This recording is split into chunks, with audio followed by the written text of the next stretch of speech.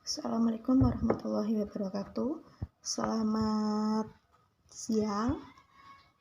Alhamdulillah kita bertemu lagi di akhir pekan ini dengan materi matematika peminatan.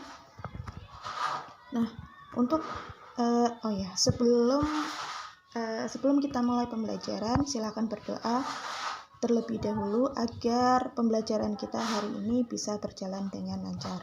Amin. Nah, untuk matematika minat di semester 2 ini kita hanya membahas satu tema, yaitu tentang distribusi normal. Nah, apa aja sih yang akan kita bahas di distribusi normal? Oke, kita lanjutkan ya. Nah, untuk distribusi normal ini mempunyai KD atau kompetensi dasar. Yang pertama 3.2 menjelaskan karakteristik data distribusi normal yang berkaitan dengan data berdistribusi normal. Nah, untuk keterampilannya ada 4.2, yaitu menyelesaikan masalah yang berkaitan dengan distribusi normal dan penarikan kesimpulan. Nah, berarti untuk satu semester ini kita akan membahas tentang karakteristik data distribusi normal, itu ya. Oke, kita mulai masuk ke materi. Yang pertama ada distribusi peluang variabel acak kontinu. Nah, untuk variabel itu sebenarnya ada dua, yaitu variabel diskrit dan variabel kontinu. Kalau variabel diskrit itu memiliki nilai-nilai yang dapat dihitung, sedangkan kalau variabel kontinu itu memiliki nilai-nilai yang tidak dapat dihitung. Nah, salah satu contoh variabel diskrit yaitu bilangan asli kurang dari 5. Itu kan berarti bisa dapat dihitung. Sedangkan untuk contoh variabel kontinunya, misalkan bilangan bulat lebih dari 3 dan waktu tempuh kendaraan. Bilangan bulat lebih dari 3, berarti kan kita tidak tahu nilainya berapa, jumlahnya juga berapa. Nah, itu yang dinamakan dengan variabel kontinu. Nah, kemudian ini ada variabel acak diskrit, yaitu variabel yang menggunakan bilangan bulat untuk menyatakan hasil suatu percobaan. Jadi di dalam variabel acak itu biasanya menggunakan bilangan bulat ya. Nah, variabel acak kontinu menggunakan bilangan real untuk menyatakan hasil suatu percobaan. Jadi ini sudah menggunakan bilangannya bilangan real ya untuk melakukan suatu percobaan. Oke, sebagai contoh yang lain mengenai variabel diskrit maupun variabel kontinu, misalkan jumlah kecelakaan per minggu. Nah, jumlah kecelakaan berarti kan itu menyatakan jumlah dan itu sudah pasti. Berarti termasuk variabel diskrit. Kemudian misalkan bilangan cacah kurang dari 20. Bilangan cacah kurang dari 20. Berarti itu kan bisa dihitung. Nah, itu juga termasuk variabel diskrit. Misalkan lagi panjang beberapa helai kain. Nah, panjang beberapa helai kain. Itu kan kita belum tahu ya, masih ada kata beberapa. Berarti itu termasuk variabel kontinu. Kemudian misalkan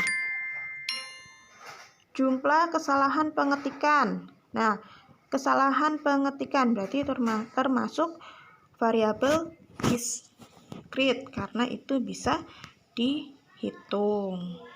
Dan masih banyak contoh lainnya ya.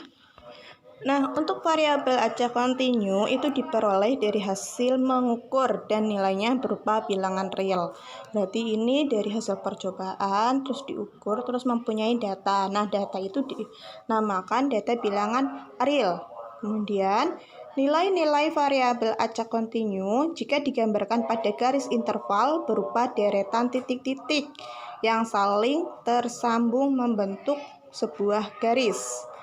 Nah, sebagai contohnya yaitu hasil penimbangan berat badan, hasil pengukuran tinggi badan, dan hasil pencatatan waktu yang diperlukan peserta lomba lari mencapai garis akhir. Nah, itu ada beberapa contohnya. ada lagi contoh yang lain ya. Silakan kalian cari contoh-contoh yang lainnya agar kalian lebih paham lagi. Nah, ini ada contoh soalnya, yaitu berat badan siswa yang beranggotakan 40 orang dilakukan pengukuran berat badan siswa. Dari data hasil pengukuran berat badan tersebut, diperoleh berat badan siswa terbesar adalah 90 kg dan berat badan siswa terkecil adalah 38 kg. Itu maksudnya kilogram ya, bukan ribu. Salah ketik.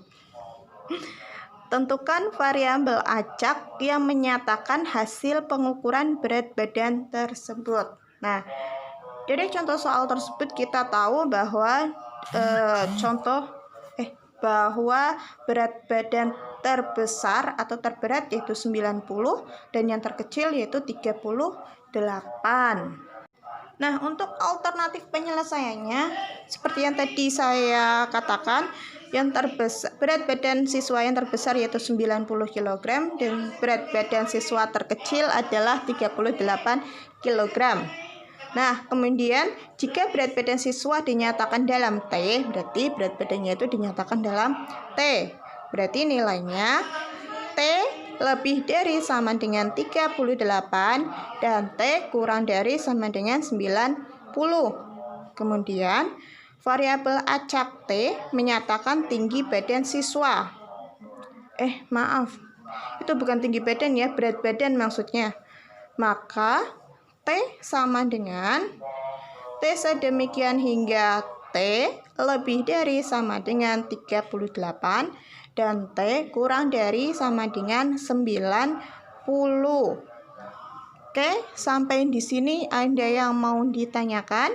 Jika masih ada yang kurang paham, kalian bisa tanyakan ke saya langsung melalui Japri atau bisa juga melalui di grup. Nah, kalau sudah dipahami dan dimengerti, kalian bisa kerjakan tugas pertamanya. Di situ ada 3 soal. Yang pertama itu dari 60 siswa yang bersepeda ke sekolah diperoleh data lama waktu bersepeda dari rumah ke sekolah.